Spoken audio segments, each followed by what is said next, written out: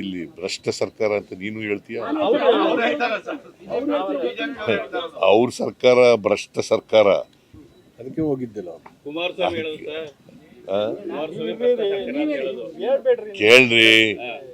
ಕೇಳಪ್ಪ, ಅವ್ರದ್ದು ಭ್ರಷ್ಟ. ಅದೇವತ್ತು ನಾನು ಎಲ್ಲ ಹೇಳ್ತೀನಿ.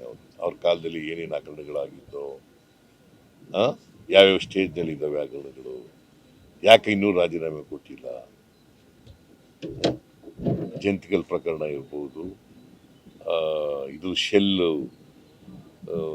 ಯಡಿಯೂರಪ್ಪ ಮಗ ಮಾಡಿರ್ತಕ್ಕಂಥದ್ದು ಇರ್ಬೋದು,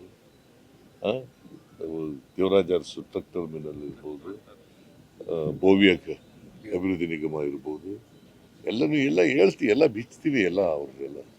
ಆರಂಭದಲ್ಲಿ ಇಷ್ಟು ಸವಾಲುಗಳಿದೆ, ಇನ್ನು 4 ವರ್ಷ ಯಾವ ರೀತಿ ಫೇಸ್ ಮಾಡ್ತೀರಾ? ಯಾರು ಈಗ ಆರಂಭದಲ್ಲಿ 1 ವರ್ಷದಲ್ಲಿ ಇಷ್ಟೊಂದು ನಿಮ್ಗಳಿಗೆ ಸವಾಲುಗಳನ್ನ ಒಡ್ತಾ ಇದಾರೆ. ಸುಳ್ಳುಗಳನ್ನೆಲ್ಲ ಸುಳ್ಳು ಎದುರಿಸ್ತಕ್ಕಂಥ ಧೈರ್ಯ ಇದೆ. ಯಾವಾಗಲೂ ಸತ್ಯಕ್ಕೆ ಜಯ ಸಿಕ್ಕರು, ಸುಳ್ಳುಗಳನ್ನ ಎದುರಿಸ್ತಕ್ಕಂಥ ಧೈರ್ಯ ಯಾವಾಗಲೂ ಇದೆ ನನಗೆ.